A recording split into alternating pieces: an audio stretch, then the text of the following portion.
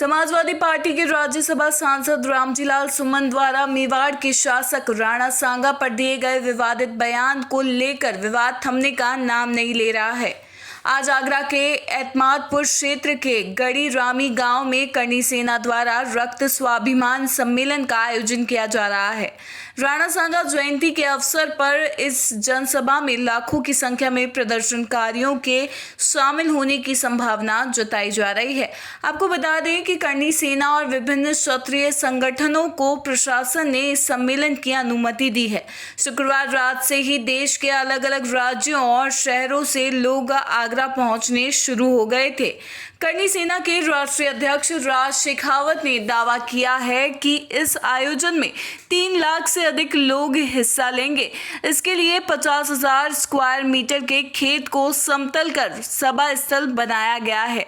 प्रशासन ने किसी भी अप्रिय घटना को रोकने के लिए कड़े सुरक्षा इंतजाम किए हैं। 1 company rapid action force, 8 company PAC और हजारों की संख्या में उत्तर प्रदेश पुलिस के जवान तैनात किए गए हैं। सभा स्थल से लेकर सांसद रामजीलाल सुमन के आवास तक की सड़कों पर सीसीटीवी निगरानी और फिजिकल पेट्रोलिंग की व्यवस्था है। पुलिस ने सोशल मीडिया पर भी नजर रखी है और 1300 लोगों को नोटिस जारी किए हैं।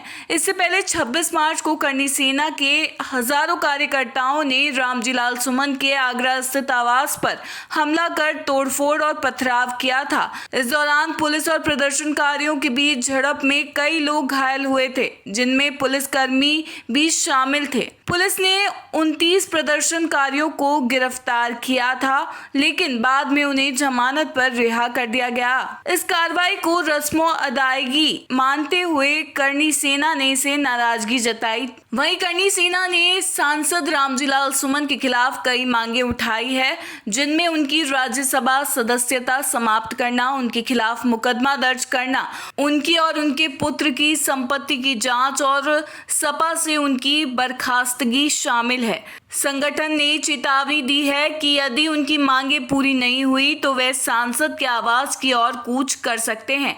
आगरा के एडिशनल पुलिस कमिश्नर संजीव त्यागी ने कहा, हमने सुरक्षा के पुख्ता इंतजाम किए हैं। आयोजकों ने आश्वासन दिया है कि सम्मेलन शांतिपूर्ण होगा।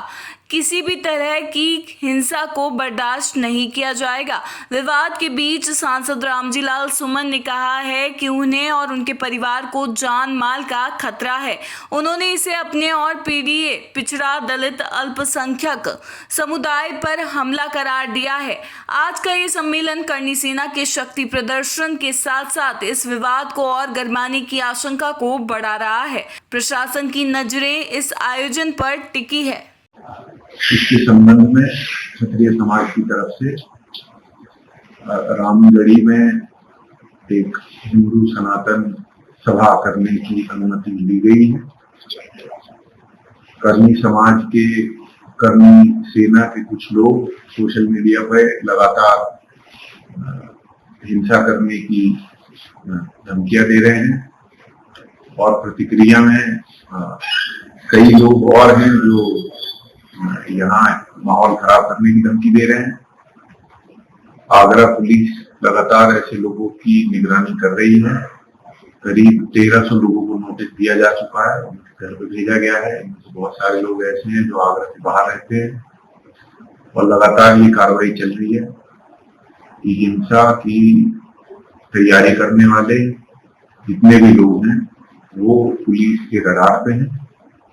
इसके अतिरिक्त ये जो अनुमति दी गई है जनसभा करने की, इसके आयोजक ने आश्वासन दिया है कि शांतिपूर्ण होगी और शांतिपूर्ण इस आयोजन को कराने की शर्त पर ही ये अनुमति प्राप्त हुई है। उनसे भी लगातार वार्ता इस संबंध में हो रही है। अगर कोई भी यहाँ माहौल खराब करेगा तो पुलिस प्रबंध यहाँ पे किया हुआ है। बाहर से पीएसी फोर्स मंगाई हुई है और पुलिस ने इतना मजबूत इंतजाम किया है कि पूरे शांतिपूर्ण तरीके से ही यहाँ सब कुछ होगा। अगर उपद्रव करने की कोई भी यहाँ कोशिश करेगा तो वो फिर यहाँ से वैधानिक कार्रवाई ही झेलेगा और इसके अलावा कोई रास्ता है नहीं यहाँ। मैंने किसी धर्म का नाम नहीं लिया। नंबर 2, राज्यसभा की कार्रवाई के बाद मेरे भाषण के जो अंश थे, उन अंशों को राज्यसभा के सभापति ने संसद के वृतांत से हटा दिया। नंबर 3, असल सवाल क्या है? असल सवाल ये है कि साहब, दुनिया में कोई व्यक्ति या कोई विचार ऐसा नहीं है जो अपने आप में संपूर्ण हो। व्यक्ति अगर कोई बात कहता है, मैं जानता हूं कि मेरी बात से सब लोग ना इत्तेफाकी कर सकते हैं, इत्तेफाक नहीं कर सकते, असहमति हो सकती है, लेकिन हमारे देश में असहमति व्यक्त करने के तरीके हैं। कानून है, संविधान है, उसकी मर्यादा में धरना है, प्रदर्शन है, सत्याग्रह है, अखबार है, कोर्ट है, कचहरी है, ये सब चीजें हैं जो जनतंत्र में ये अधिकार देती है कि किसी का विरोध करना है तो इन सब चीजों का हम इस्तेमाल करें। लेकिन कुल मिलाकर के जो स्थिति है वो एक अराजकता की स्थिति है। हमें गोली मार देंगे, हड्डी तोड़ देंगे, कान काट देंगे, नाक काट देंगे, इस प्रकार की जो भाषा बोली जा रही है वो जनतंत्र की सेहत के लिए ठीक नहीं है। अगर कोई स्वस्थ आलोचना होती है तो मैं उसका स्वागत करता हूँ। एक बात और आ रही थी कि पीडीए पे हमला है, जो आपने बात कही थी, उधर से जो बात उठी, फिर उसके बाद आया ये पीडीए पे हमला है, तो ये पीडीए पे हमला कैसे आप मानते हैं? देखिए, एक विचार है जो अपनी मनोवृत्ति से समझौता करने को तैयार नहीं है, सामंती विचार, और कुल मिला के वक्त रहते हुए लोगों को उसमें तब्दीली करनी चाहिए। आज स्थिति क्या है? अभी राजस्थान विधानसभा में प्रतिपक्ष के नेता थे, मंदिर चले गए तो मंदिर साफ किया गया। अखिलेश यादव ने जो मुख्यमंत्री पद का छोड़ा तो उसको गंगा जल से साफ कर दिया। आखिर क्या है विवाद का? जहां तक सवाल है, मैं भाजपा के लोगों से पूछना चाहता हूं, 1991 में जब संसद ने कानून बना दिया कि 15 अगस्त 47 से पहले जहाँ मंदिर था वहां मंदिर रहेगा, जहाँ मस्जिद थी वहां मस्जिद रहेगी, तो फिर ये गड़े मुद्दे उखाड़ने की जरूरत क्या है? फिर एक विचार ये भी है कि साहब आप ज्यादा खुदाई करिए तो बौद्ध मठ निकलेंगे, बौद्ध धर्म के अवशेष निकलेंगे। ये विवाद समाप्त होना चाहिए। और कुल मिला के स्थिति है कि किन लोगों ने इसको शुरू किया, ये भी एक विचारणीय सवाल है। मैं चाहता हूँ समाज में सद्भाव रहे और कुल मिला करके हमारे देश में विरोध करने के जो तरीके हैं उनका इस्तेमाल किया। आपको अपने परिवार की और अपनी जान माल का खतरा है? जिस तरह की धमकियां मिल रही है, मैं समझता हूँ खतरा तो हो ही सकता है।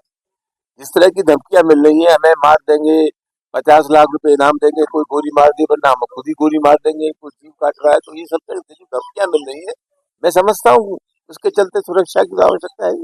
आप हाईकोर्ट क्यों गए? ऐसा है, जैसी ये घटना हुई तो सबसे बड़ा सवाल ये था कि उपराष्ट्रपति राज्यसभा के सभापति होते, वो सभा का संचालन करते हैं और हमारे संरक्षक भी हैं।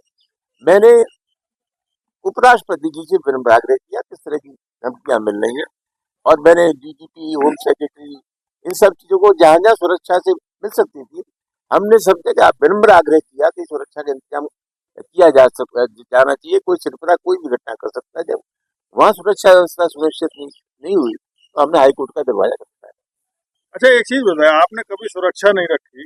अच्छी तरह से हमें याद है कि चुनाव भी होते थे, सरकारी 2 पुलिस वाले आपको मिलते थे, तो आप छोड़ के चले जाते थे। आज आप सुरक्षा की छावनी में है, पुलिस की छावनी, तब में और अब में क्या अंतर लगा? ये मुझसे क्यों पूछ रही हो? मैं छावनी में हूँ, इंतजाम पुलिस ने किया है, मैंने तो किया नहीं।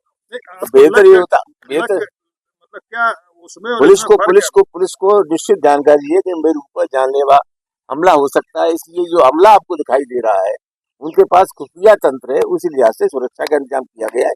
ये मैंने सुरक्षा का इंतजाम नहीं किया है, प्रशासन ने किया।